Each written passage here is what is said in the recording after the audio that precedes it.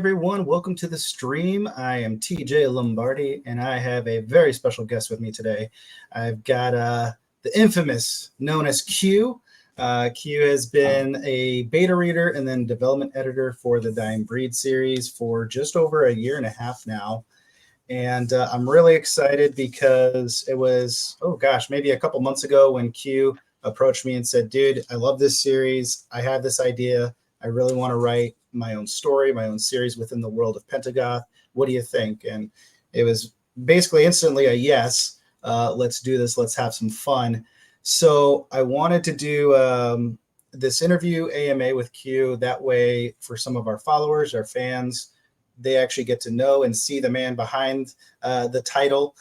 They get to spend some time learning who he is as an author and then follow him on this journey, because I think it's very eye-opening for a lot of people when they start down this path to see how much work goes into play. So without any further ado, Q, let's send it over to you, man. Go ahead and introduce yourself and tell all of us who you are. Thanks, TJ. So my nickname's Q, but it's short for Quinones. Actually, right here, down here, my name. Emmanuel is actually my middle name, and first name's Aramis.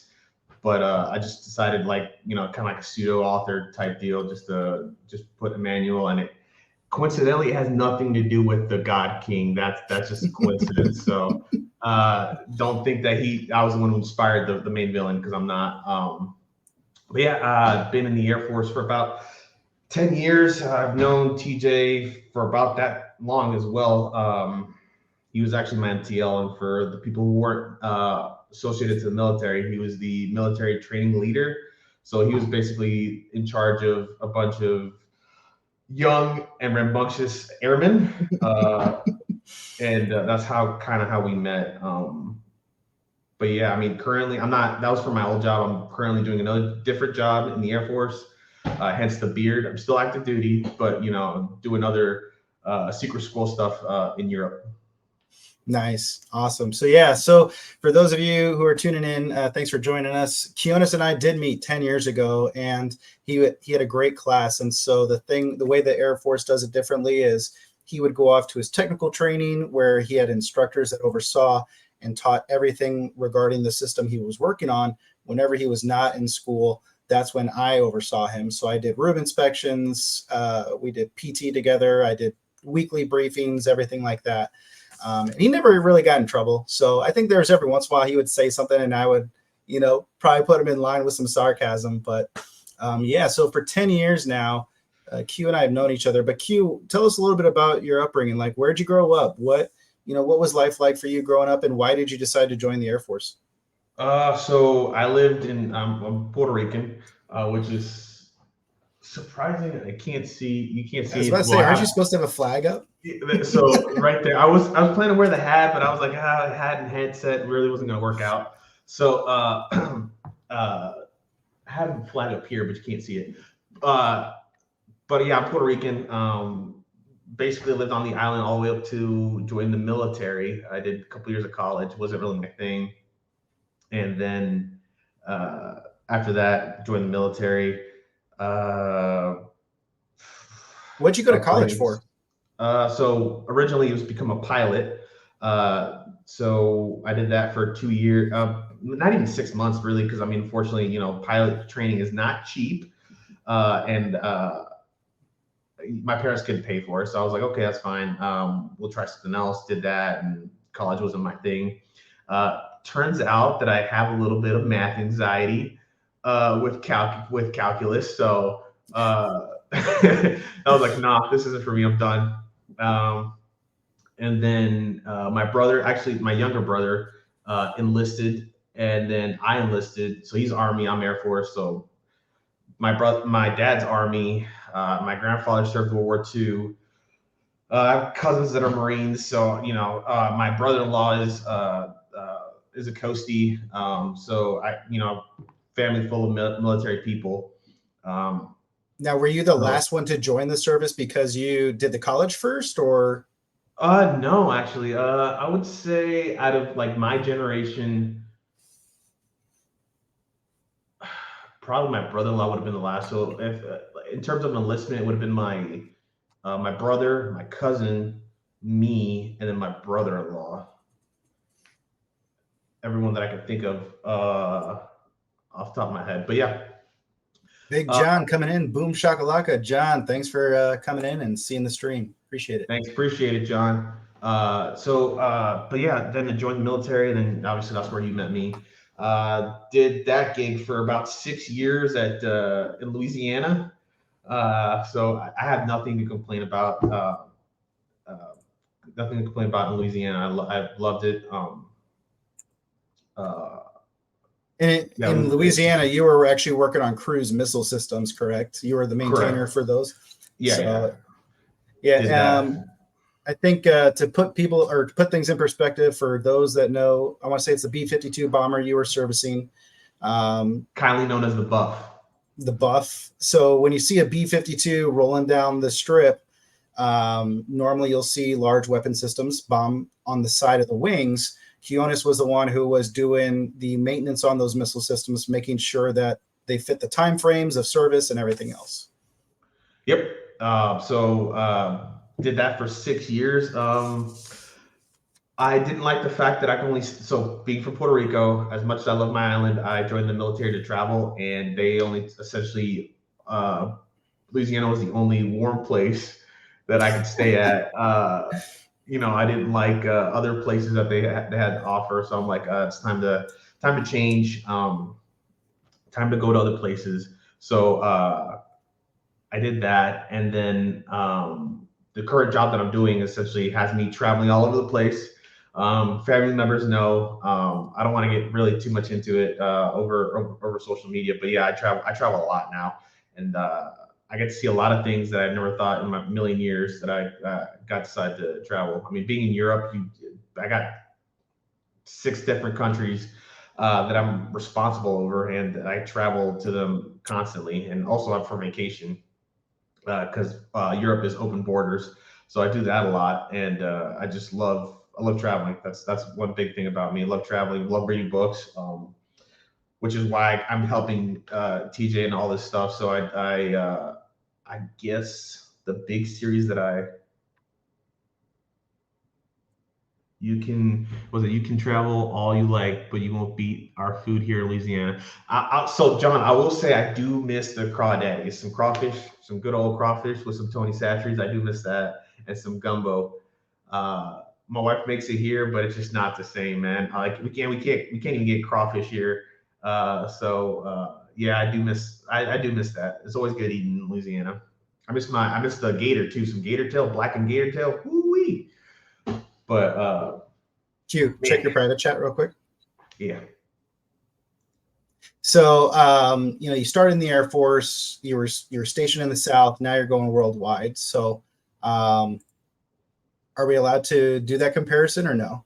Yeah, we can. So okay. I work for OSI, so it's a agency similar to the FBI. It's actually modeled after the FBI. Little history. So 1945. Yeah, 1945. The Air Force went and created what's known as OSI to kind of check and have essentially another MAGCOM, what we call it, another small branch within the Air Force itself that can look into investigations without being influenced by, for example, generals or other officers or even high enlisted members. That's what I do. Investigate people, felony level crimes, to include fraud and domestic violence and all that stuff. But yeah, there's a multitude of things that you guys do. Correct. And I think it's one of those things, because I was in a similar career field to a certain point, but you guys are so niche, so narrow, yet at the same time, you guys do so many things behind the scenes that the vast majority of the Air Force has no idea the types of stuff you guys are trying to work on, I think. So so I would say I'm a man of many hats, but I get paid to talk to people, and that's really great. That's my brother. I mean, we kind of figured by the name, so yeah. Lost my train of thought. And you're a man of many hats. Yeah, man of many hats. Thank you. So, and I get paid to talk to people. So, talking is a very important skill that you would need when in this job for sure. That and building relationships with people, that's always a big job within OSI for sure. Nice. That's awesome. So, you're constantly traveling, you're constantly going around, doing all this stuff. What I'm curious on now to transition to is, where did your love for fantasy genre begin? And it's something where you've made a comment before when we were going through dev edits of book 3, and you're like, man, my nerdum finally is paying off. Like, all of my nerd love and lore is finally being put to good use. So where did your love for fantasy genre begin? How did that start? And the fact that you've stayed with it now for so long? So I want to say it actually started. My mom bought me the first Harry Potter book, and I loved it from there. But books get expensive, and it wasn't until probably I want to say till middle school that the first series that I read through just like that would be the Artemis Fowl series. I loved it. Oh, hi Ashley. Um, so the Artemis Fowl series, for those who it's more teen, but it's got it's a Harry Potter meets Mission Impossible type feel to it, and it's 7 or 8 books, and I read all of them as the years came out. Unfortunately, the movie that Disney made did not do it justice, but I highly recommend that series. It's a very well written, and it's a very very good book, a series to start in if you want to start getting into fantasy. Then after that, I had a friend who introduced me into the whole Chronicles of Narnia. So I read that whole series while I was in middle school as well, and then actually until high school, I got into Lord of the Rings, which I have actually 5 or 6 of the books over there. So all those books came in and just started reading them. And it's not even just Lord of the Rings; it's also the backstories. So you got the Silmarillion, the Hobbit. What else you got? It yeah. So Gabriel just remembers you cuddled up in bed, just dreaming over vampires and werewolves. I mean, I don't know what he's talking about because he actually liked it growing up. So we watched that. We watched the hell out of it. So he's coming on here and just talking all that smack. But I remember him liking it. He's like, "Oh, this is actually pretty good." Oh, I did. Yeah, I actually did read the Twilights too. I did. We had a neighbor who had the series, and I was actually house sitting for her. She let me borrow the books. I feel like the stream is going to quickly turn into a Thanksgiving family feud fest of just comments going back and forth. So, and I'm all for it, guys. Let's go. I mean, I think the Twilight books were actually better than the movies for sure. But I mean, what book isn't better than the movie? Very few are. Very few books are. Wait, actually, the other way. Most books are better than the movies. And then I think. Let me see. I think I didn't read another big series until recently. Started reading The Witcher. I have the first 6 books, and then after The Witcher. I started reading a couple of leadership books by Groggins. And then actually, I read some of you let me borrow some books. What was it? I think you let me borrow American Sniper. Yep. And you let me borrow Lone Survivor. Yep. So that's actually that was one of the things too back then in the military for a lot of people. Like we did the Chronicles of Narnia as a kid, right? Growing up, but we also did Sugar Creek Gang. We did Choose Your Own Adventure, but there wasn't a whole lot of fantasy in my life. It was very limited. And when I got into the military, almost everything I was reading at the time was military leadership, military history, stuff like that. So I remember in the dorms, I had this little bookshelf. I don't know where I bought it, but somewhere. And I just filled it with all these great books of leadership or history. And I had airmen come down, and sometimes I would do it as punishment, I think, where I'd be like, read this book or something like that. So I made it a little library for airmen to check out books. And yeah, you came in and checked out 1 or 2. Not Forrest Gump. That book is so much worse than the movie. You Army? No, I am Air Power. I actually just got out just under 16 years. So one of the best compliments I ever got was someone said I was a Marine that was trapped in an Air Force uniform. So Yeah, I took great compliment to that. And I've done a joint operation with the Army, and I am so thankful I did not join the Army because, dear God, do you guys have some weird processes that don't make any sense? So much overlay, so much overlap. It's ridiculous. So, yeah. Anyways, okay. So you've been in the fantasy space. You've been reading. You've been consuming this. So I remember I put this Instagram post out. It was almost 2 years ago. It was coming up on a year and a half ish that I said, hey, I'm looking for beta readers who would be interested in reading this story. I had no faith in myself. I felt like the story was good, but I, as an author, did not believe in myself. And then Q was the only person from Instagram that commented. It was like, yeah, dude, I'll do it. And so I was really shocked because I had some other people from Facebook. And for those of you who are tuning in who have never gone down this journey, you have all these friends on Facebook. I've got hundreds of friends or thousands of friends. I'm going to do this journey. I'm sure like a ton of people are going to support me in this. And then you find out only one or two do. So Kionis reached out and he's like, yeah, dude, I'll totally help you out. And it's one of those things where, okay, are you really serious about this? So I sent him the book in a PDF to read over. And he sent me the feedback and was like, dude, I love this series so much. How can I help out more? And that's how he got promoted into development editing. And he's been a development editor for me for books 2 and 3. So, dude, what was it about TDB that just made you fall in love with the story? And yeah, what was it? So the way I do my sales pitch for the book at work, I don't know if anyone from work is here or just anyone that I talk to about the book. Essentially, I say it's Lord of the Rings meets Dungeons and Dragons, because you got some creatures and characters that aren't in Lord of the Rings, and you have more or less creatures that come out in D&D. D&D is Dungeons and Dragons, because I think my mom's watching, and I know she's saying, I'm not going to understand anything, but I'll support you. I'm like, okay, Mom, thanks. But essentially, yeah, so that's how I compare it to. And at least for the first book, what pulled me in is the creativity, like just to start a world like that from scratch. I mean, I'm sure you're pulling from different sources to kind of inspire and help you with that, but just to make up, and especially you don't have it up, but I know you have the map somewhere in your room of Pentagoth.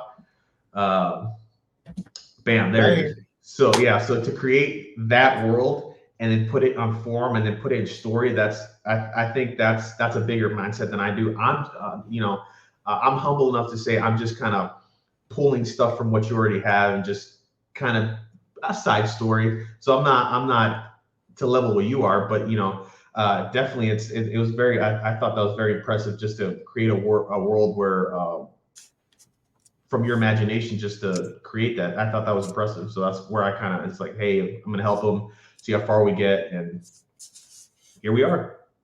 That's awesome, man. So what did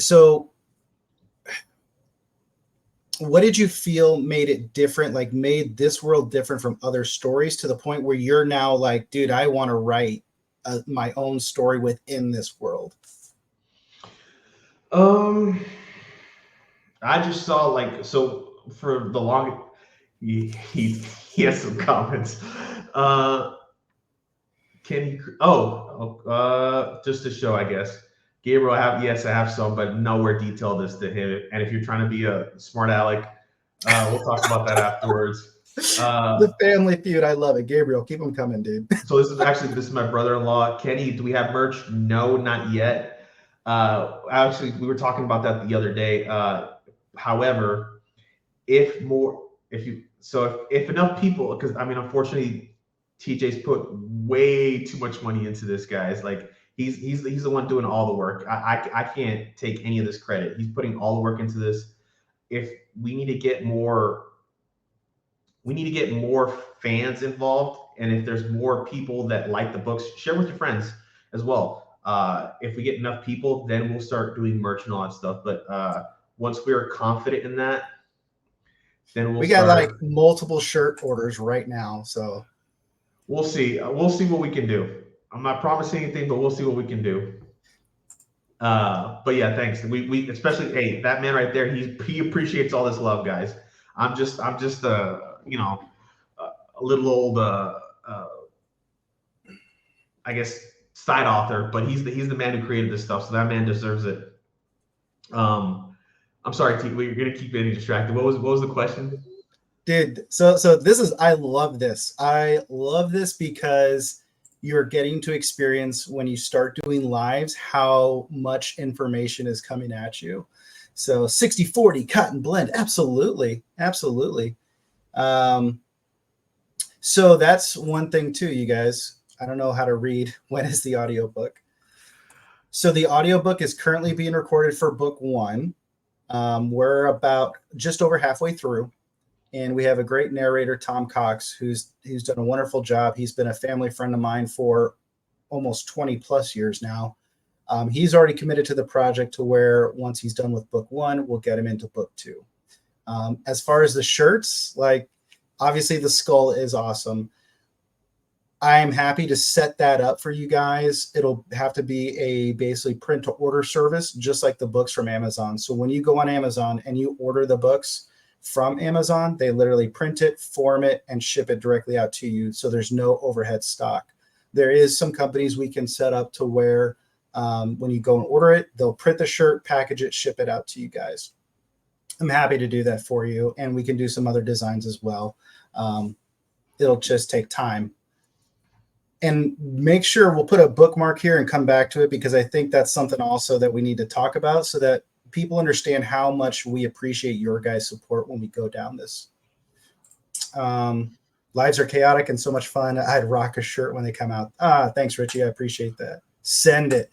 So this world, when I developed the world and Kionis got to be a part of it, it was literally everything imaginable is in this world. Anything from fantasy. We have steampunk, we have magic, we have angels, demons, Greek mythology, Roman mythology, all these things thrown together.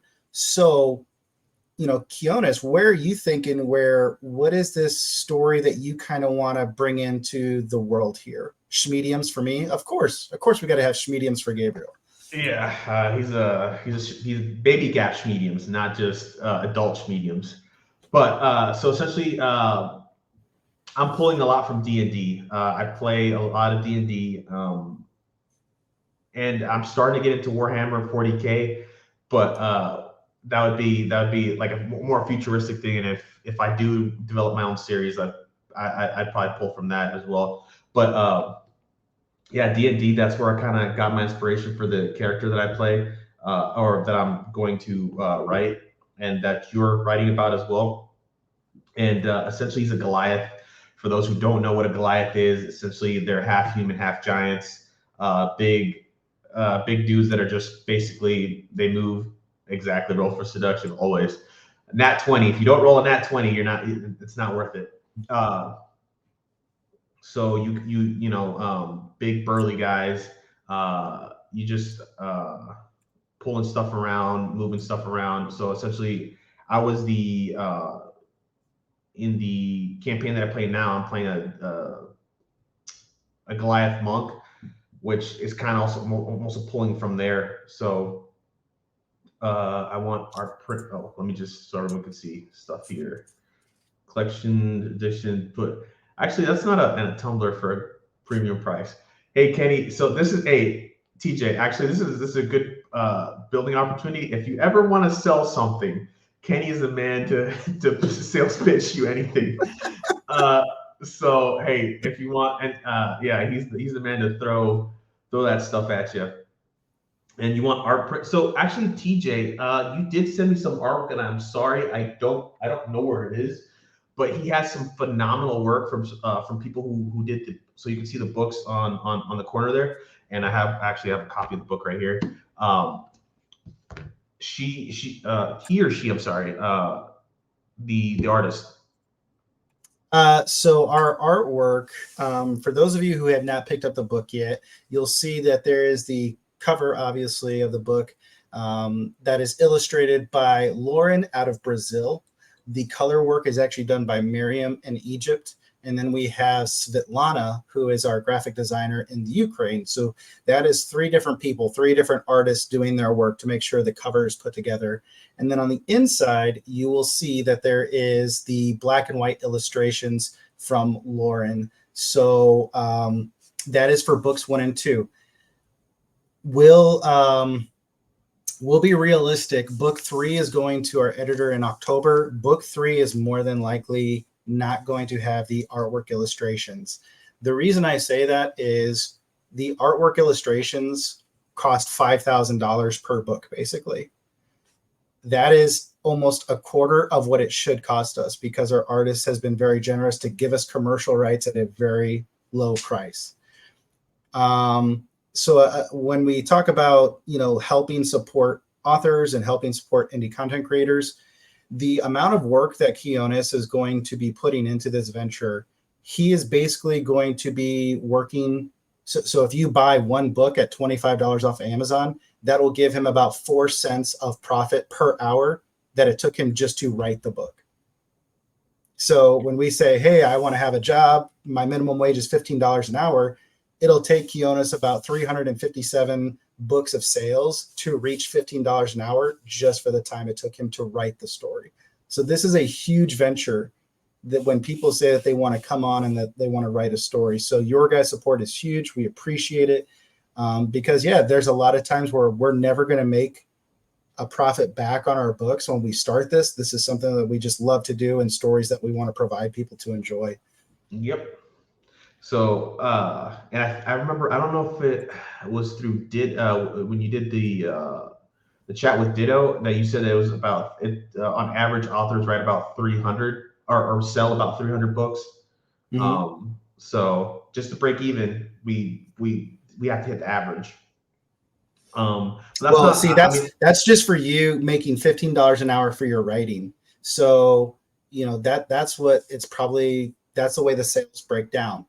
Right. So for writing, that's how much he would need to sell to make $15 an hour. If we do a book, which we're going to do the book for you guys, but to do it without all of the artwork inside the book, it's still about a $5,000 venture that we're going on. So, even if I have a friend that I'm looking to, and there might be a possible artist in the chat that I might consider. That person knows who they are, maybe. If not, then it's a surprise to them. So we'll see what the art that they produce, and then we'll work from there, because get someone else, a lesser known artist, their artwork out. Not to say that the big ones aren't great, but you scratch my back, I scratch yours type deal.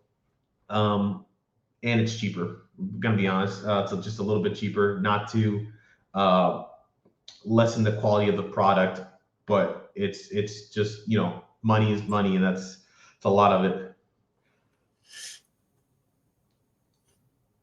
It's not for you. Maybe might be that person. Who knows? I haven't really told her. I was waiting for this opportunity to maybe see if she wants to do it. But I feel like Gabriel probably has a lot of experience of drawing Sharpie photos within Porta-Johns. He loves that, dude. First of all, he loves his crayons, and then he's in the army though.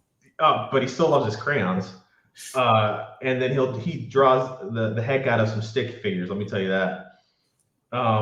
I feel like we should do, so that's where with Kenny, we should do a special collector's edition where it's only Gabriel's art in all of the books.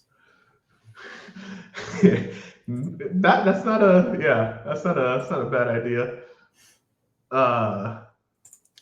Oh, we got a Marine in the house. Crayons are not food. Hey, some of those times, those MREs, no one wants that omelet. So yes, maybe the grape might be their favorite color, or purple might be their favorite color. Sorry, those are friends. Yeah. Oh, I forgot. Ashley and Gabriel, they're married, but they're both in the army. So. Well, clearly Ashley's the favorite of the family. So yes, we like her better than we like him, for sure. Absolutely. So I mean, let's get back on track. Like, one of the things I love about this series is when you're an indie author, you get to do whatever you want. You get to pick your cover. If you go to a traditional publishing house, they get to pick your cover designer, they pick your cover, you get very limited options. So with Quiones coming on board, he really gets an opportunity to bring these other people along with him and say, hey, this is this person's artwork, and they get to highlight that. So Kionis, what are you thinking as far as your, what do you want to highlight with the cover, and then what are you trying to capture with the story? So, being a Goliath, the main character being a Goliath, they come from mountains. So I'm thinking like a snowy peak, maybe him standing in that peak, and Valeria draws really good. I'm really impressed with her watercolors. So maybe try to work something around that, working shadows and stuff like that. So I mean, I can talk to her about that for days. But yeah, so that's kind of what I'm envisioning in my head. And then we'll see where we go from there. As far as story, since I haven't pitched it to you yet, I've only given you hits and bits about what's going to happen. And then, I mean, the audience should probably be aware up to your level. I'm not going to throw the whole story out there, but essentially, the main character, one of the other, so there's going to be either 4 or 5 tribes. I haven't decided yet. That will be involved in this. And essentially the story is kind of running parallel to the first and second books. So we have to get to the point where my character appears in the 4th book, which is what my goal is. So I'm kind of actually working backwards, which is kind of weird. But essentially these four or 5 tribes have to fight whatever's happening in the first and second books. So I'm not going to throw out what's for the first, second book, so I don't want to spoil it for any readers. Funny you say 4-headed dragon. You should read book 2. Yeah, read book 2.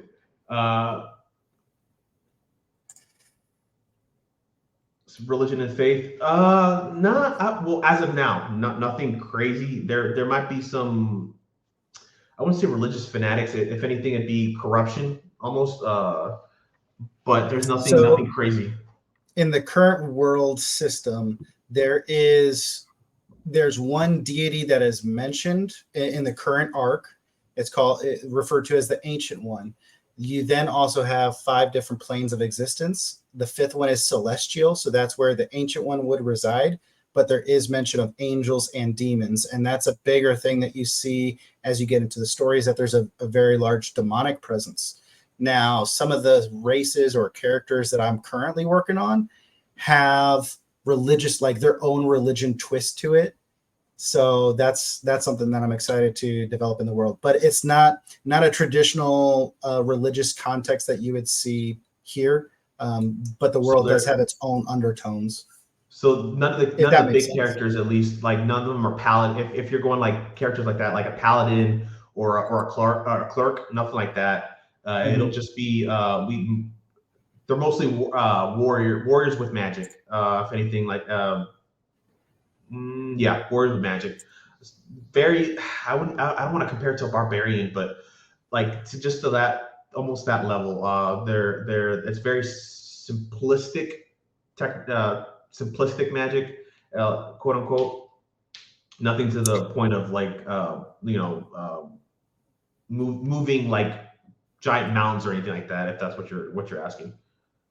It's a cultivation magic system. So you have the 5 different planes of existence. So you have energy within each plane. So you'll see, obviously, like I don't want to give stuff away, right?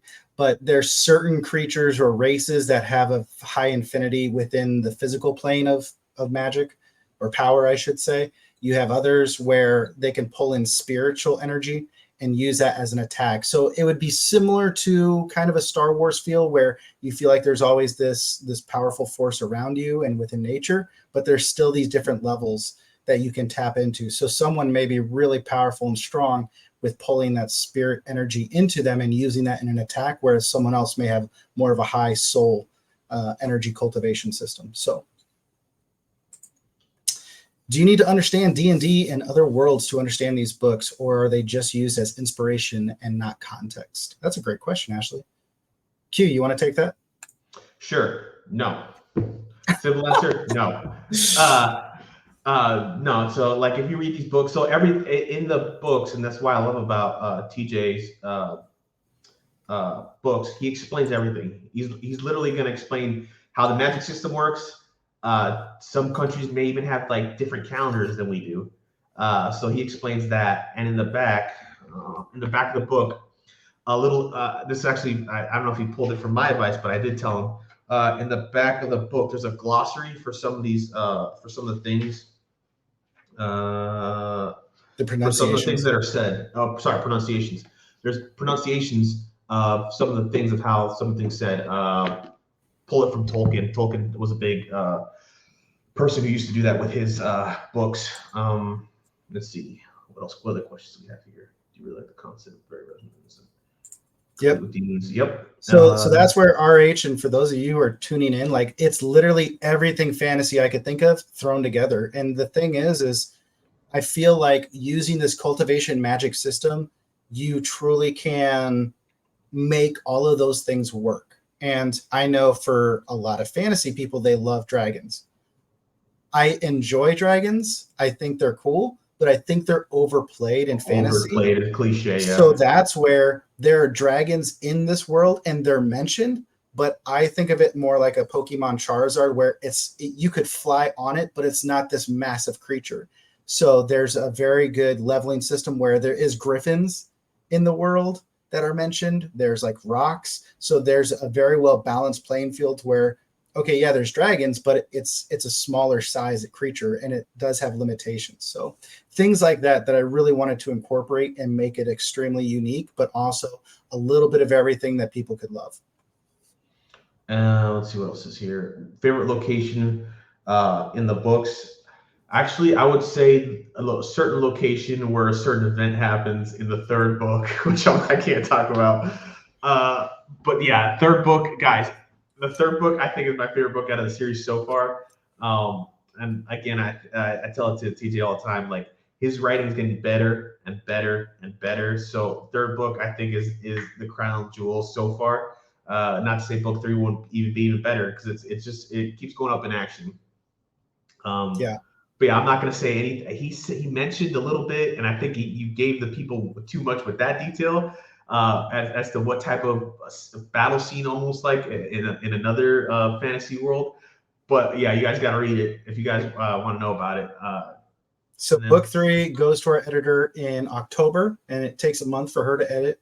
And then from there, it'll probably take another month to get through final revisions, beta reading, the formatting. So I don't honestly expect it'll be out before Christmas, but probably the beginning of next year. And book 3 was by far the most fun to write. Like, you know, when I started on this journey storyboarding, I knew exactly where the story was going to lead us to.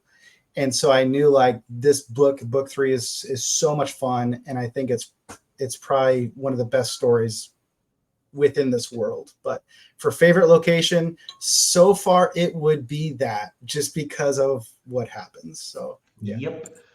Let's see what else. Oh, I'm sorry, I cut you there. What do we got here? You go first. You do it. Oh, okay. Here we go. If D&D is your frame of reference for fantasy, you'd likely love my book. Yeah, dude, I'm excited, John. I'm excited for your work, man. So yes, John, the internet worklord. Yeah, dude, Teemo Dragons. And so that's a fun thing, man. When you get to create your own world, especially this level. In book 4, I created this entirely different monster. Now, granted, I'm sure Dungeons and Dragons already had its own version, whatever. But for me, I recreated it, and I think it's really fun. I think it's really cool. I think it adds to the story. So yeah, dragons and every type of mythical creature we've thrown in here. Gritty magic tempered by realism. Absolutely. Teemo. All right, we're getting a lot of shout outs. Teemo, much love. Use the term level up. Are these books like Lit RPG? It's not like Lit RPG. Well, most people do put cultivation magic or progression fantasy together with Lit RPG because there is like that level of progression you have to get. It does not have stats like you would have in Lit RPG or a D&D system, but it's the same way where the character continually has to progress in the skill levels and can get more powerful with how they have that cultivation of the magic system. So it's very similar feel. Your favorite characters? You talking to TJ or talking to me, Valeria? You know what, dude? I think I already know. Yeah, Very but I answer for both. She's fishing for information. That's what she does. And actually, Valeria is she's the sister that I've been telling you. She's the one of the beta readers. So that's why Oh, okay. The she's one who trying. didn't give me a review on book 2. I think that might have been me. She did give me a review, but I don't think I sent it to you. My bad. That might have been on me. Both. Okay. I mean, you're more. If it's the character from book 3, you are not allowed to mention that. But Because he knows that's exactly who I was gonna say. yeah, don't because she fishes. Don't do that. But essentially, there's a character in book 3 that I think has a good segue into it. He tells the story progressively, and it doesn't. He doesn't. It's not a choppy. And I told him that, like, the way he introduces his character is very, very. I would say almost gentle to the reader instead of just throwing him in the middle of that. And the way he does it and then exits out of that character, I think it was beautiful.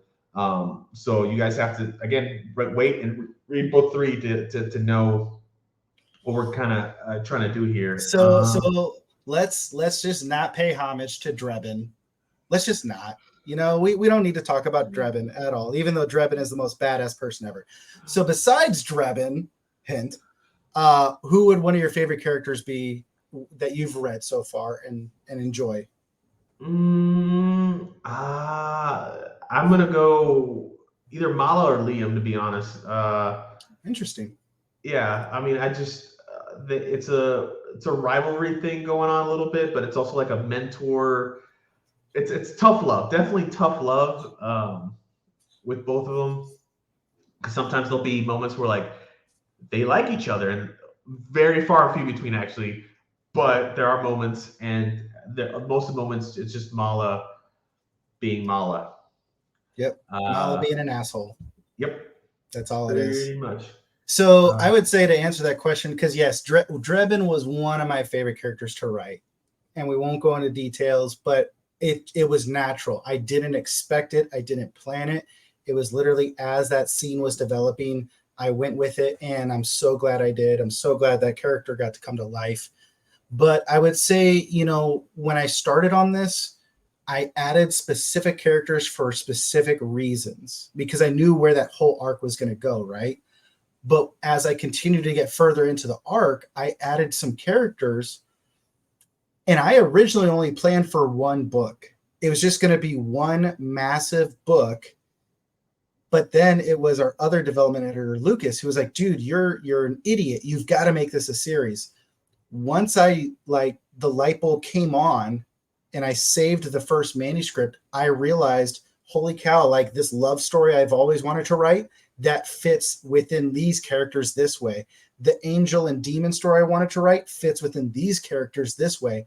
So now it's expanded out. And to answer who's your favorite, it's really hard because like Crow's character, who's at the back of book 1, he's getting his own book eventually. And I'm super excited for the adventure he's going to go on. And I love like what his character is going to experience and the whole story there, right? So I love that. I love Mala's character because of what he's going to do in book 4. In book 4, you have almost 70,000 words that are all following Golgoth. Well, I would say actually it's probably about 30,000 words is following Golgoth. Another 30,000 is following Emmanuel. So like when you have so many different characters, you love those characters for their own specific reasons, because as they come to life within you, you really get to spend time with that character and see things from their perspective. So it's a weird feeling, but it's almost impossible to say which one do I love the most or enjoy writing with. So let's see what else we got here. Make up your own animal. I do agree with that. We answered that one. I'm curious. Let's see. Yep, and I've got your book, RH. I made sure to post it. So I've started to dive into it, but I'm still at the beginning. So. I'll have to read some of that then myself. Yes, you will. Mala is hilarious. I do agree with that. Oh yeah, matching. Yeah, so yeah, I got it from a friend. I don't know if you got it from him. But let me see what else have we got. Just look at y'all. Oh, thank you. Thank you. But yeah, So I okay, mean, so you've already talked about like your character is a half Goliath creature, but like so Kionis knows like there's a ton of races. I mean everything from dwarves and orcs to centaurs, minotaurs. So is there other races or creatures that you're planning to kind of throw into your storyline? yes. So humans, obviously, and then we got. I'm struggling to fit this kid because I want to fit him in there. I'm a couple trolls, and then trying to add. So I like the like character that you have in book 1 and 2. Uh, Lycan being werewolf, for people who don't know what a Lycan is, a werewolf-like character in that. So I might throw something similar to that in my book, as like a kind of like what you're doing in those books, using it as like sentries or like spies, kind of do it like that. And then we have demons. Demons are going to be a big portion in the this saga. So we have demons. It's actually going to be. I'm thinking of the villain is essentially an up and coming demon that the main bad guys in the other books uh, are essentially looking at him as, hey, you want to promote, you got to do this stuff. So that's how I'm going to throw my villain in there, and there's gonna be mention of previous characters from other books in there, and with the appearance of at least one for sure that I can think off the top of my head. So uh, yeah, just how to connect that. That's the issue. So I've been brainstorming for I think we spoke maybe a week, maybe 2 weeks ago, on how to kind of put that all together, and I've been working real hard on that. Uh, just scratching my head and I'm like, how do I put all this stuff together? Okay. Um, That's a but so that's a great point there. Let's put a bookmark there. Let's answer Valerius. yeah, Let's answer her um, question, and then we'll come back to that because that's actually the next question that I have for you. So, favorite scene from either first two books you could discuss.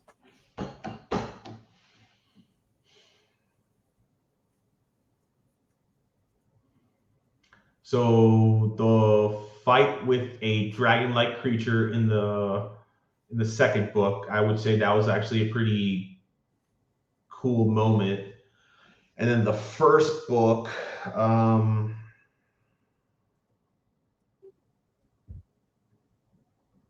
when Liam is training. Dude, okay, this is crazy. This is crazy. So you are now like the fifth person, and guys, this is why get like leaving reviews and ratings on books is so important, or letting us know like what you love. I have had 5 people now tell me the training at Fort Patton with Liam is their most favorite part from book 1. And I'm like, how in the world is this a thing? Like, I did not intend for that to ever be one of the biggest moments of that book. I thought it was just going to be a speed bump. And yet so many people love that whole training sequence. I liked it, yeah, because it gets okay. And for people who think these books are not for children, these are if anything older teens for sure, but these are books not for children. So I don't recommend giving this to your 10-year-old, but like maybe 17, 18-year-old, they'll be fine. These books get really gruesome, and during this training, you'll see how gruesome they get.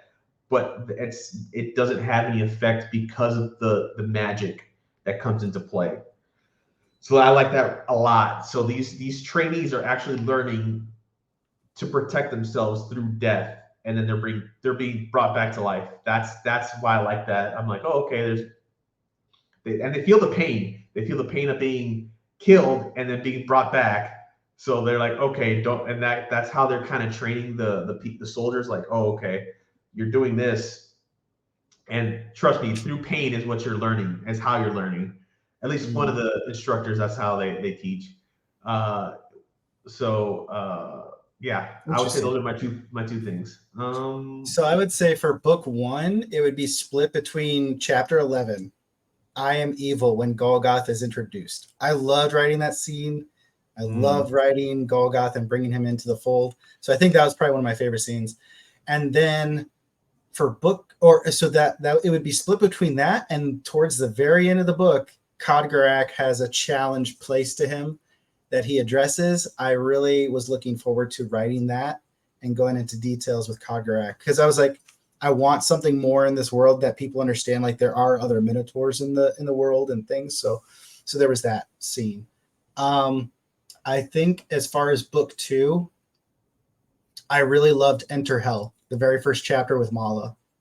I wanted that to be an epic fight scene and just, completely rack him. And so I enjoyed that one a lot. Oh, here.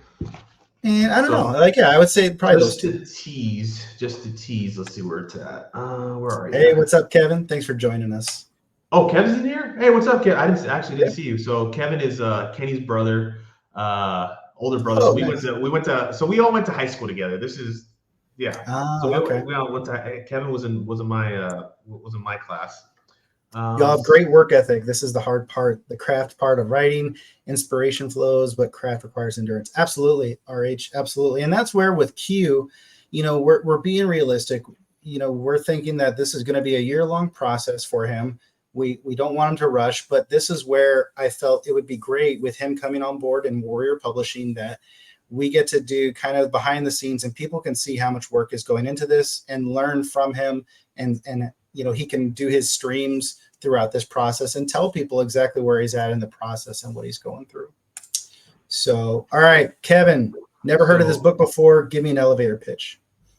This is the fight scene between Liam and Mala. So I'm just trying to give this pick the justice right here. But yeah, highly recommended. It's really good that fight scene.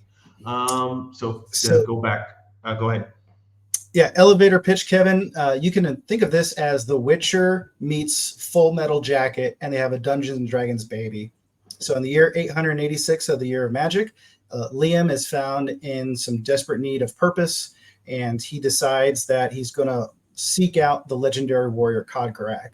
This was a warrior that his father used to tell him stories around the campfire. Liam's family, unfortunately, is all passed away due to unforeseen circumstances. So he goes on that traditional warrior path of wanting to follow in the steps of Codgarak.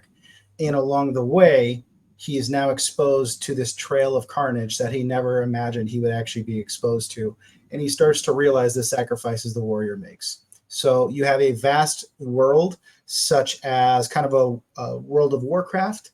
You have a main villain who is basically like a Sauron in size and intensity, but he is actually the first one that brings steam-powered technology into the world of existence through the mentorship of the demon Klipkoshek. So that's my elevator pitch, man. You need to check it out. It's a great book.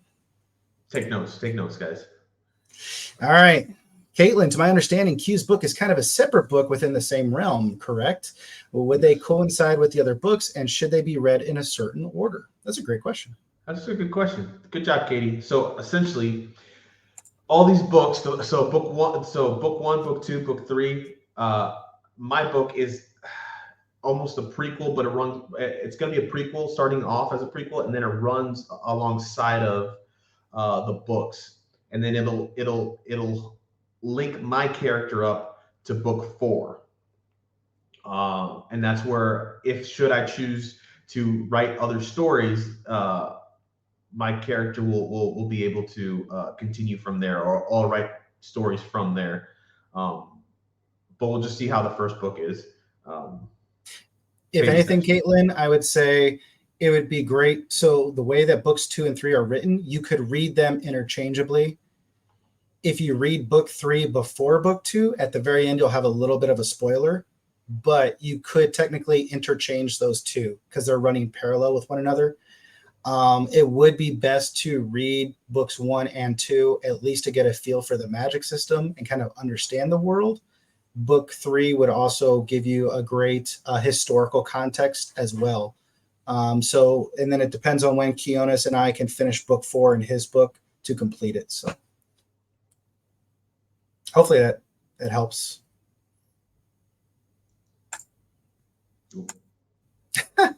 Training scenes are reminiscent of Heinlein to prove oneself and rise up in a powerful story point that has been lost to heroes who are simply gifted powers instead of earning them. Absolutely. So there's a lot. There's so much to this world, and yeah, we're just getting into it. So it's been fun to see.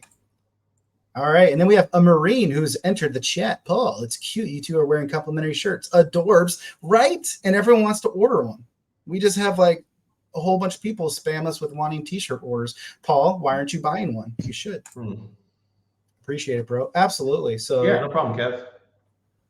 All right. So Q, you were just about to talk about, how you have been storyboarding or kind of racking your brain over the last 2 weeks with what this story entails. So what is your approach in your first book, in this first story within the series? How are you kind of planning it out, and how are you going about that? What's the process? So hitting my head against the wall, that seems to bring the best ideas forward, learning through pain. No, I'm kidding. So it's kind of running and seeing everything that you've done, and I'm not trying to retcon anything, whatever. For people who don't know, so a retcon is essentially creating a detail that is not from the main source, and you're like creating other details and then leaving the reader with questions. I'm not trying to do that, which is why I'm essentially waiting till book 4 until we can start playing with that, and then having the final pieces. That way I can pull info from that and then do everything there. I do have a general broad story, and I've written about 10-ish, 11-ish pages so far on piece of paper. But right now and TJ gave me great advice. I'm looking at around 300-400 pages, but he said not to limit myself. So now I'm just gonna, vomit of the mouth, vomiting of the words. So just writing everything down, and then we'll see. We'll always trim the fat, which we have in some of his chapters too. I mean, there was a chapter rated pepper really spicy, very very spicy for that, and we didn't think it was appropriate for that one, but it will appear in another book. But it's just running it through him and Lucas to see, hey guys, what do you think about this? Do you think this is a good idea? And then we'll go from there. Like I said, it's very early storyboarding. I've been thinking about it for the longest time, and now like I actually sat down and I'm making presentations that when I actually pitch it to TJ, there's going to be a product at least of something in mind. Okay, so what concerns do you have with going down this journey? What fears do you have? I mean, when you take the first step of becoming an author, it's almost a sense of vulnerability, right? Because you're creating this product and you're trying to tell people like, hey, you need to check out my story. So what are some of your fears? What are some of your concerns as you go down this path?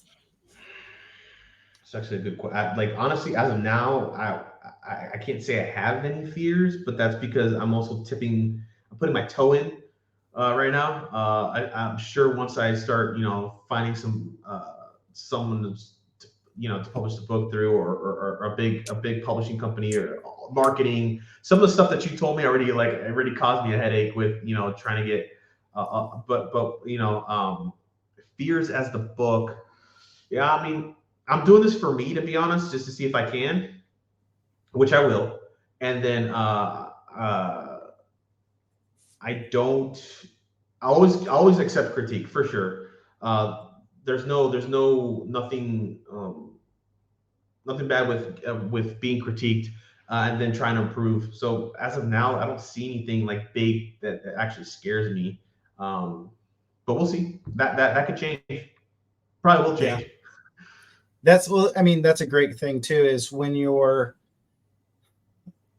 stepping into this, you have to have a lot of resiliency, because, as I know right now, I've got a story that I've done 2 revisions on. I'm now doing a 3rd revision because Some other authors looked at it and they're like, dude, this was brilliant. This was not. Like, this part was terrible. You got to revise it. And so it's one of those where, like you said, I'm doing this for me, right? Q is going to write the story that he wants to read, that he enjoys reading, and hopefully you guys will come in and enjoy it too, because that's kind of what this is about. Is, you know, I get to write this story, I get to write this world and enjoy it and have fun in it. So, and yeah, we get to be here along the way to support him and help him out. So that's awesome. All right, Caitlin, not sure if this was covered, so sorry if repetitive, but TJ, how did this project come to light? What inspired the beginning of this story world? What made you want to write it? That's such a great question, Caitlin. Thanks for asking it. It started when I was in the Air Force. It started over 13 years ago when I was a young airman, sitting in a dormitory asking myself, why do we have core values in the Air Force of integrity, service, and excellence, and none of these other people want to live them out like I'm trying to? You know, I was really struggling as a young airman with that. And so I wanted to write a story that basically had a Minotaur, had a human being that were going on this epic journey to where the Minotaur was talking and sharing these qualities of life with this young person. And so the dying breed, the whole title is that the fact that we have warriors that are not standing up and you know, staying true to what they believe in. You know, the research shows us that less and less people are willing to fight for what they believe in, and they're willing to just give in. So warriorhood, it are a dying breed. And so that was where it started 13 years ago. I got 7 chapters in, and then my career started to take off. I put it on the back burner, and then I lost everything. Like, it was deleted, you know, whatever. I could not find it. And so it just stayed in the back of my mind. And finally, 4 years ago, actually 5 years ago now, I was listening to an audiobook and I was really re-inspired. The audiobook was just incredibly done. I love the world. I love the story. And that's where it hit me in the back of my head where, dude, you had this story idea. Why didn't you ever do anything with it? So then for 4 years after that, I felt compelled. Like, it was slowly but surely eating away at me where it's like, dude, you need to write this book. And then it was about 1.5 years ago where I finally felt the compelling nature within my heart to say, dude, this is the time. You need to do this now. And it's been a very expensive venture since then. A lot of lessons learned. But you know what? Today, I got 2 books, 3 books in the works. I've got an audiobook in the work. So if anything, for whatever it is, I get to hand this down to whatever future family I have or whatever. I've had friends like Kionis and other people who love the world. So I'm blessed. I'm happy the story's here, and I think it's got a really awesome future. So thanks for asking. Trent coming in. You're the man, Q. He is the man. Yeah, actually, he's actually in Germany right now, so he's gonna go through some surgery here. So, hey, Trent, wish you the best though. Well, guten Tag to you. I'm excited to have the series, my reading list. I love the old school gaming and the word to the Air fam.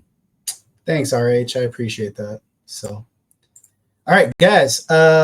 Q, what else do you want to talk about, man? This is your show. We're highlighting you as a new author coming into this. So, what do you want to talk about? First of all, again, thank you, TJ, for having me. I wish Lucas was here to kind of share some of the spotlight, because I mean, he was the first one. I was a secondary, so he deserves as much credit to be brought up. But just I mean, one, I just want to put you guys into perspective how much work we kind of put.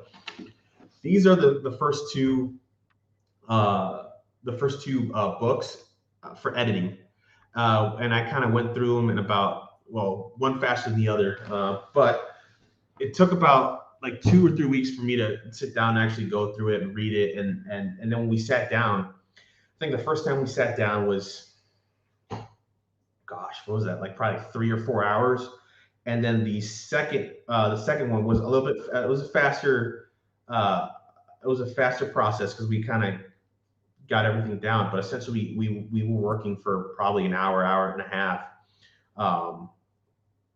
So yeah, so TJ, so as development editor, so people who don't know what a development editor is, essentially he's like, hey, what do you guys think of this? And we'll read the book, the whole book, and then we're like, no, this is trash. No, this is good. And then before it goes to the actual editor for, grammar checks, flow, consistency, we're essentially the first people to look at the book and say, we're essentially quote unquote the alpha readers. So we'll read it and give the opinion as to if we like it or not. But we put in a lot of work and hours into this. So that's why I'm trying to make this book as good as possible and give the justice that TJ deserves for creating this world. Because again, it's got so much potential, and I tell him that all the time. Hey, we have, and he's always like, hey man, what do you want for, like, he tries to compensate me. I'm like, hey, I don't want anything. I will say though, if we ever get a movie, I want 10% of it. That's pretty much it. But other than that, I'm not in it for the money. I like this kind of stuff. I'm a big nerd. From reading books, cosplaying, shit. I mean, I'm almost 30 years old and I still love Power Rangers, for crying out loud. That's how much of a nerd I am. And anyone who knows me and goes to my Facebook will see that. Let's see. Which character do you find easiest to write for or understand? Well, and also to give everyone some context, here's my writing career actually. So this is everything that I've written in my writing career for a year and a half. This is the only thing that's currently published. So there's a lot in the works, you guys. It's been a fun journey. It's really exciting. So we appreciate your support tuning in, because this has been something that we've really had some fun doing. Oh, don't tip it over. Which character do you find the easiest to write? So, damn, chop you got okay. To answer Valeria first, so I've been helping him with certain characters when it comes to like attitude, but I mean, I don't know. I can't pick a favorite. If any, again, I lean more towards Liam and Mala, but all the characters that come up, they're well written. I didn't have difficulty because again, I didn't write any of it. TJ could probably answer that question. But yeah, I mean, I find them all easy, to be honest with you, because I'm just, again, reading and editing. I think it's interesting because it's changed over time, where Liam was easiest to write in at the very beginning, right? Because he's the main character that we follow in book one. And a lot of it was my personal experience kind of going into the military, because we go to Fort Patton, we get our training. So a lot of it was my naivety of life and culture. When you are raised in a certain family dynamic and then you're brought into boot camp where you have people from all over the world or all over the country with different life experiences and stuff and culture, it was really eye-opening to me. And so I really wanted to capture that. So a lot of Liam's growth in book one was kind of based off of personal stuff. So that was easy to write. Then as the story develops, like in book four, as I'm writing in Golgoth, I love writing in Golgoth, and it's super fun because I've grown with that character as well. So I've gotten to know that character along the journey. One person I will say that's hard to write, though, is Farah.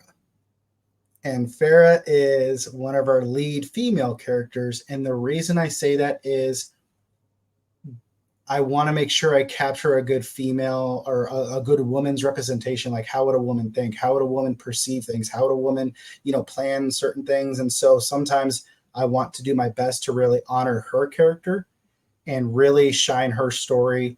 I love what she does in book two. I think it captures a lot, but I'm also excited to see kind of what happens in the development. So there's some characters that are definitely harder to write, but I'm trying my best to be appropriate and respect them as their character and give them a voice.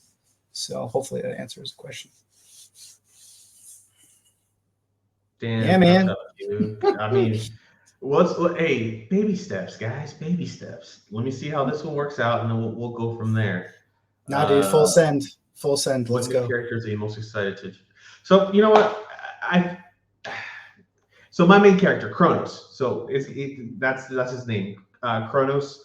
He'll be. I think he's going to be at least my favorite character that I'm most excited to introduce. Obviously, because I'm writing about him. And then I had friends who kind of reach out, hey, can you write? Can you put me in the book? Can you put me in the book? I'm like, yeah, actually, I do have space for you to add you guys. So I have so you'll as when family members read this, they'll know what I'm talking about. And then when certain coworkers will read this, they'll know who they are. So that's what I'm kind of excited about. I think we'll all know when it's Gabriel's character. Like that'll just stand out to us. Like, oh yeah, that's Gabriel's character. So with Gabriel's character, I'm not gonna say what his name is, but so Gabriel's only reference to anime in his entire life has been Dragon Ball Z. So so he loves Broly, and if you don't know anything about Broly, he's a very big, massive individual, which Gabriel's loved since we were kids. So I'm going to incorporate that into his character. So he'll love it. He'll like it. He's a big, powerful character, but he always eats tacos and has massive diarrhea, so he never gets to be in the battle. He's just like crapping his guts out. It's like, no. We'll see. We might add that as his weakness. There you go. With all the edits we've done, do you struggle to let go of previous versions? Do you have regrets or certain things or ideas that you have to let go? So from the editor's perspective, that's where we at least he asked about it. He asked a lot of questions about, hey, what do you guys think about this? And we had a real big struggle. And if you go to the Facebook page, you can see that where we talk about the chili peppers. That was one of at least the ones that come to my memory. But from my side, I think TJ has been very receptive to moving stuff around, and I don't think he regrets anything. And he's very open to criticism, or not criticism, but just to move stuff around. Because I don't think we've taken anything out, to be honest. I think we just move stuff around. So at least from my perspective, I don't see anything that we would regret because we've had everything. We've just moved it around. And if you want to chime in on that, TJ, by all means. That's a great question, man. And you bring up a great point. You know, I'm so grateful for Lucas and Kionis. And I think one of the things was both of these guys were my troops, right? And so when both of your previous troops from like 10 years past say, dude, we're here to support you, like it meant a lot to me because it's like, dude, I treated them the way airmen should have been treated. I respected them. I have nothing but love for them. So when they said, dude, we're willing to now help you, like that meant the most. But the other thing was they knew that I was very firm. I like to say firm but fair, right? There was times I was very firm on them when they were in training. So for me, they knew exactly how I operated and my mentality, and they gave me honest advice back. And there was times like when Lucas and I first started out before Kionis joined us, he was like, dude, this is rough. You need to polish this up. And so whenever they gave me critiques, I knew that it was out of wanting to make the story better. So I didn't take it personal. It's hard sometimes. And that's where there's been one or two times in previous versions where just simple words, you know, hey, I don't think we should use this word. And it's like, why?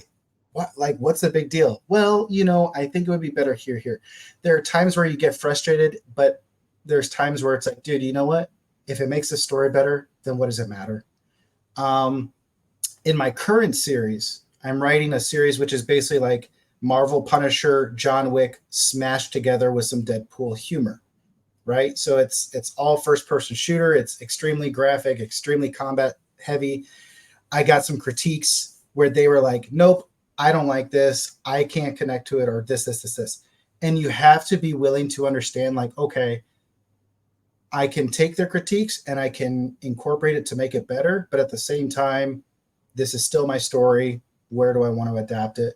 So there's been times where it does struggle, but when you know it's coming from love and it's coming from wanting to help you become a better writer and make the story better, it's a lot easier to accept those changes and move forward. So I don't have any regrets so far.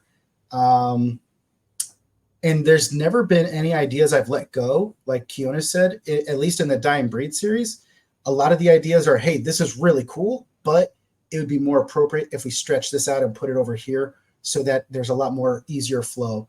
So hopefully that answers your question. Yeah, it's gonna be hard to miss when you'll know it's Gabriel. Simata's just laughing at him. Any advice on how to get started as a writer? So Trent, just like we get at work, like we do at work, just start writing stuff down. So literally, just any idea that pops in my head, I have a notebook which is in the living room, and it just has a bunch of scratches in it, and I'm like, oh, okay, we can use this later. We can use this later, and I'm about 10 to 15 pages of just ideas to throw out there. And if you're passionate about something, it's just literally sitting down and doing it. It's just, and you got to allot the time, because I mean, everyone has a busy life. It's just that time management piece that you got to prioritize. Oh, and then do you have anything to add to that, TJ? Dude, you're already taking over the stream, man. I love it. It's all good, brother. So yeah, Trent, dude, so this story was in my head for 13 years, right? And I think Jonas hit it on the head of start writing ideas down, because like I said earlier in the stream, I had a love story. I had an angels and demons story. I had all these other story ideas all floating in my head. And as I started writing, it was really just eye-opening and mind-blowing at the same time to see how all of these ideas were able to fit naturally within the storyline. So what Kionis was saying is write down these ideas, but I would also just say, start with one idea and here's the beginning, here's the end. This is what I really want to hit. And then what can I do in the middle? Plan it out, get a good rough outline of what you want to do with the story, and plan out, is it a world building? Like, is this a new world? Is it something else? What are my characters? What are my characters' fears? What is their past trauma? What is their love interest? What are their, if you can develop your characters and really understand who they are as characters, give them their own voice, then just go for it. Start putting words on paper and start having a routine where if you use the rule of 100, if you can spend 18 minutes a day on your craft, you will be better than 95% of the world over a year. Because too many times we get into this thing of like, oh my gosh, I can't work on this right now. I'm going to work on it on Saturday. Saturday's my day off. I'm going to do that. And then you wake up, Saturday morning and your tire's flat. Or, oh my gosh, this whole thing came up. We got to go do this. And you keep putting that passion on the back burner. So if you can just dedicate, hey, 18 minutes a day, I'm going to sit in the office. And that was what I did, honestly, for 4 months. All I did was storyboard. So I would get on the computer, I would use Microsoft PowerPoint, and I would just create a scene using a slide deck. And here's the location, here's the character, here's what I want to hit with it. Okay, next slide. And eventually, you get to the part of writing. In 20 minutes, you could easily do 500 words. And then if you do 500 words, a day, or 500 words for 5 days out of the week, you're going to have your book by the end of the year easily. So that would be my advice, dude. Plan it out, start it. Don't hold yourself back. I held myself back for years to a certain point because I'm terrible at spelling. I'm terrible at grammar. I'm terrible at formatting. I should not be an author. But I finally realized this is why I hire, an editor. This is why I hire a graphic designer. This is why I hire a typesetter. I hire these people with the skills and they help the story come to life. So don't look down on yourself, man. Just do it. It's so much fun. Yo, then Broly. Yep. Broly's a bitch. I mean, what? Sure, you want to go down that road? That's awesome advice. Oh yeah, no problem, Trent. Yeah, that's what, I mean. You gotta start somewhere, right? But I think that's all I have realistically. I mean, if anyone has any more questions, please throw them in chat, and then we'll answer them. I saw Coda liked it a little bit earlier. I don't know if she's still on, but hi, Coda. And then, but that's pretty much it, guys. Like, I don't want to spoil too much because again, I have to pitch it to TJ, which we more than likely it will go through. And if it doesn't, then back to the storyboard, and I'll hit him again with the different. Oh, yep, she's still here. So, which I did add a character for you in the book, or at least in the storyboard. So pay attention to that character. So yeah, it's just starting from somewhere. I have so many ideas that pop in my head, and then the next morning I got to write them down before I go to work, or after I come back to work, I have to write them down because at work I got to write other reports. Ooh, that's a good question. What themes do you want to hit in terms of what, like genre? Because I mean, this is going to be your not your typical, but like adventure, fantasy, epic fantasy. So you're, if I understand your story already, you're not necessarily coming into this from the progressive side. Your character is already mostly developed when we get introduced to them in your story. Correct. So like essentially this, like there's going to be some backstory to the character, but there's especially we're not going all the way from childhood to adulthood. He's ready to be at the level that he is. Again, this is going parallel with the first, second, and third books for my character to be introduced in the third. If it does well, or if I feel like it, maybe we'll do something else to pull back some more layers to this onion. But as of now, I just baby steps, because then you get overwhelmed, and you're like, oh God, this book's never, you get 1,000 pages in, 2 Order of the Phoenixes, and you still haven't finished. So you just have to decide a point to start and a point to end, and like you just said, you got to fill that in between. And there's good bones to these books. So I'm just a little tree branching off and creating my own little pocket, little branch, if you will, to help it out. But that's I'm not the creator. I'm just feeding off of his energy. So I mean, if anything, hey, the man right here, that's the guy you guys gotta thank and ask all those questions when it comes to it. For me to start this, because I hate typing and writing, just like TJ says. But when you have an idea and you want the world to see what your idea is, I think it provides justice to it in the form of books. I love stories. I love reading. I don't know if he's on. If he isn't, then hopefully he sees us someday. But Michael Crowder, who is my former superintendent, big guy into fantasy, and actually me and Trent were talking about it last week about some books that he recommended to him. But that man, when it comes to fantasy, I think he's a bigger encyclopedia than I am. He's quiet about it.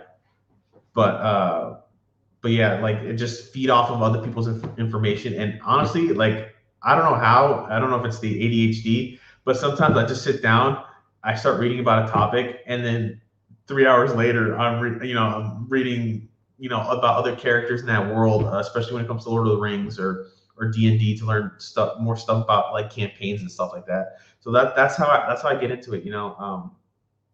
Learning and pulling ideas from other places. We're not trying to recreate the wheel here. We're just trying to create a story where other people will love and enjoy it just as much as we do. We got some comments here. Best of luck. I don't read, but yeah, I'll share the world and support you. I want to share it too. You have enough people asking for them. Don't be afraid. That's how we spend. Oh, I mean, sure. I mean, hey, TJ, there you go. Apparently, all my family wants a shirt. So we have at least 10 shirts. I'll work with TJ here to get that going and out for you guys. But yeah, let's see what else. So also to answer that, what themes, when I say the book manuscript on book one, about 2 hours later, like I said, the whole timeline exploded. So right now I have potentially 13 books within this series. Now, granted, it's not going to be the same character. There's going to be different sagas within the whole world. So I'm excited for that. So there's a lot of other themes that I want to play into this world, and a lot of other races and cultures and creatures. So it's exciting. It's just, hopefully, depending on financial means, can we continue to develop this series? So. Anybody else? Any Bueller? If anyone gets that reference, I don't know. So as we wait for any final questions to come in, what I will say is, possible to. So I can. Okay, I can add you in there. Would be Dominican because that's not. I don't know if you were here, but so show them a glimpse of the map in the back, TJ, just for the fans that were here a little bit later. So that map that he has in the background, that is the world of Pentagon. That's the world he created. And we have a different way to show them. Go ahead and keep talking. So the world of Pentagon. So like I could definitely add a character with your personality in there, and that wouldn't be an issue. I just right now I'm at 20-ish to 30-ish characters, so just be patient. And I will say characters here and there might die because it's the way it is. This is going to be characters will die. They're in the middle of war, so just things to kind of think about. But yeah, like for example, right here, so we have. Can you zoom out a little bit, TJ, just so people like see the size and perspective? So for those of you who have not read book one yet, like book one starts here in Artho, and then you slowly will transition out, and now you can see just how vast this world really is. So that's where book one basically starts here, and it comes down, and it ends right in this area here. Book two takes place over here, actually over in Klein. So this whole area here is where book two takes place. Book three takes the up right up there. Takes up here. Whoopsies. Sorry. Takes us up here. And then book four is pretty much this area right in here. So, actually, I take that back. Book four starts over here. It comes up, it goes over here, and then it comes over here. So there's this massive world that you guys can see that we get to explore together.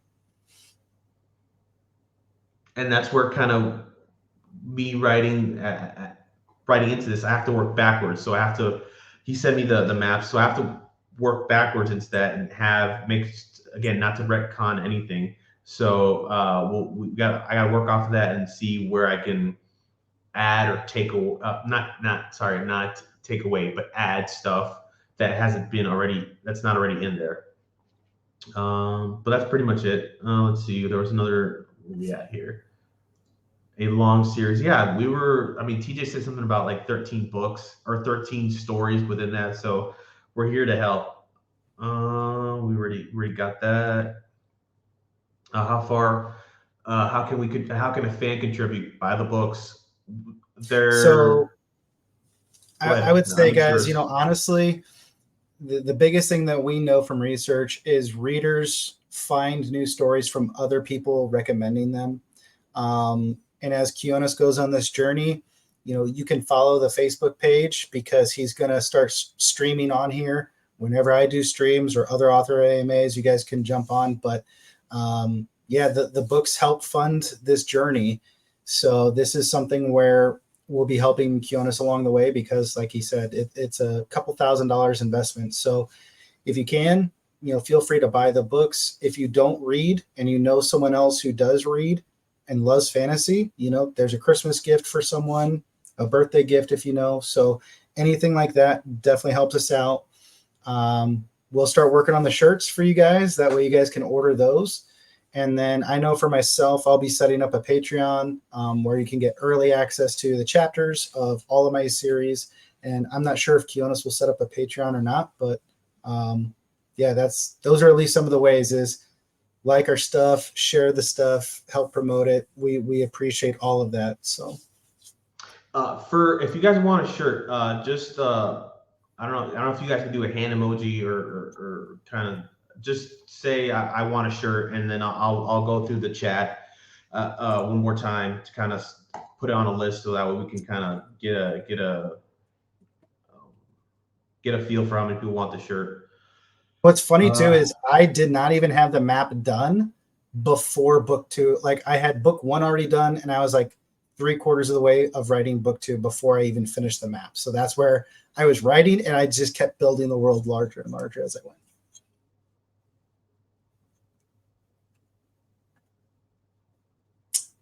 All right. So if your character isn't a female general, all right, Ashley, let's, Q, that better be in your pitch. Otherwise, I'm going to make sure I hold you accountable to that. So thanks, Gabriel, Kenny. I appreciate it. Seriously, guys, this is awesome. This has been one of our best streams we've had. We greatly appreciate you guys coming in and showing up. So let me write. Thanks, Kenny. Dude, this was literally, so I was writing book 2, and then I would stop and I would do more work on book 1, or I would do more work on the map. And so the other thing too with it was, I wanted rivers. I wanted this to look like a natural world. And originally it was these 3 continents that were the original map. And it was Lucas who kept saying, dude, make it bigger, make it bigger. So I wanted to have kind of this look of a Pangea where these continents look like they used to be together. And then, so book 5 is going to be taking place all down here where I wanted it to be really heavy waterfall systems and influence. So that was based off of my old house in Oregon. And then this is where book 6 will be there. Book 5 will be here, Island of Rallick. So yeah, it's been so much fun. Coming up with names, because there's, obviously hundreds of cities and kingdoms that I worked on. So there's just so much. So the ruined realm of Shugurugar, I have a cool idea for that one of how they got to that point, a cursed army. So for Juju as well. Oh yeah. So that's a great question, Kenny. So that was where, how do you become original or anything else, right? Like especially with so much else. So one of the things I would do is you can see here with Itovalia. So I would open up Google Maps and I would go to basically Italy and I would look at current cities there. And I was like, okay, what would make this sound kind of Italian, or what would give this like a cultural sound? So Versovania, Willomalia, Sporvari. So I would think like, how would an Italian say these names and pronounce these cities? So there's a heavy Italian influence for here. Whereas over on, where was it? There's another places where I would kind of look at Asia and try to come up with different sounding names.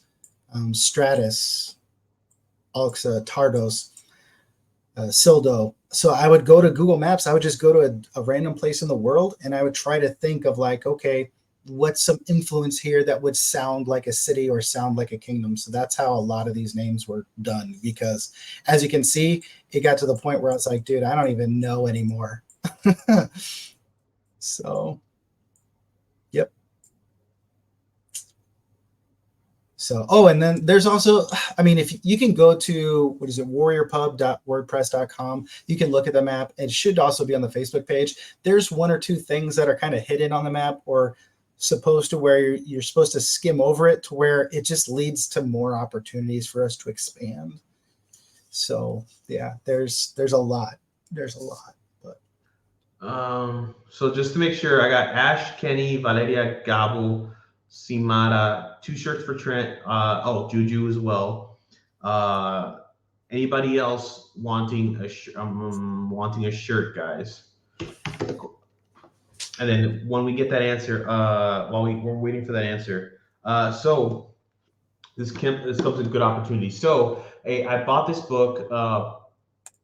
Kev needs a shirt. Okay, I'll put Kev down. Kev. So this comes in a good opportunity in Kyrie. Okay, I'll put Kyrie.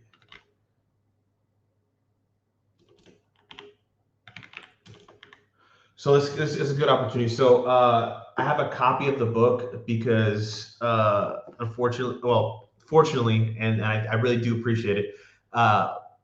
TJ gave me a copy with his signature on it, and I'm gonna cherish this.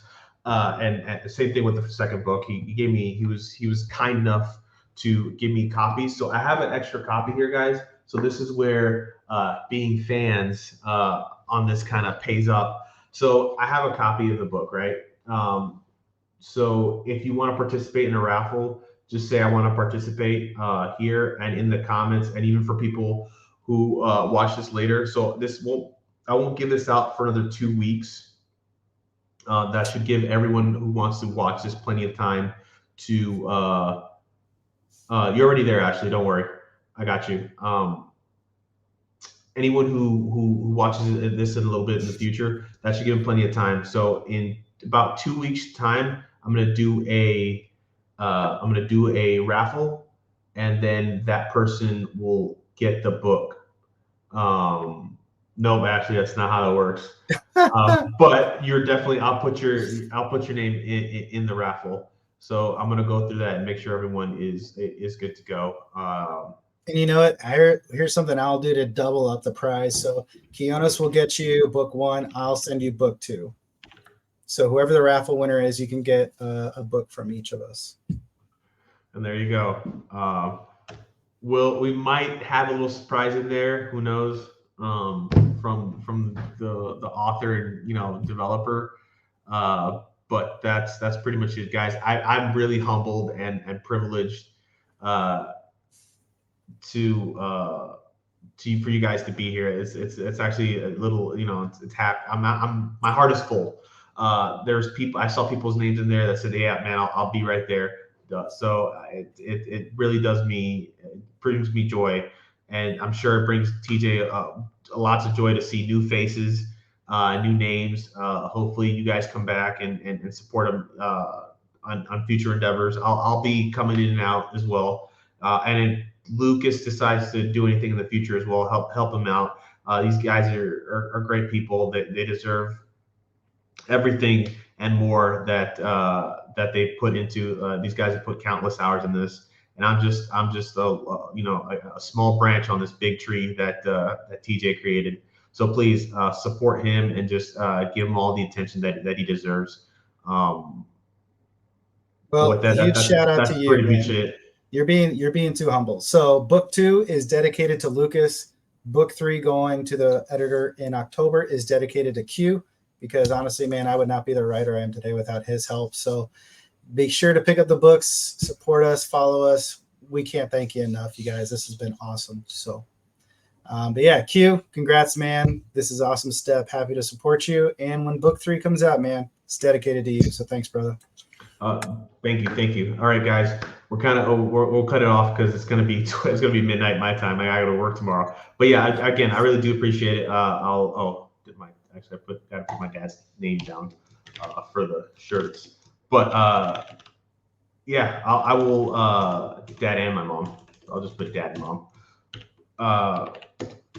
But yeah, thank you everyone for tuning in. I want to make sure I got all the comments down. So mom, hi. Oh, mom says hi. So hi mom, my dad. Hi, mom. Julius got it. We'll see if you win, Valeria. I'm not gonna rig anything. And then thanks, mom. But that's pretty much it. Thank you guys. That's pretty much it. We'll sign off, and I already got the names of people who want to be in the raffle. Again, you could put it in the comments. It doesn't have to be now. You can put it in later. I'm gonna do the raffle in about 2 weeks, and then me and TJ will get together and we'll send the books out to the winner. But other than that, thank you. Have a wonderful night, and God bless. All right, guys. Peace.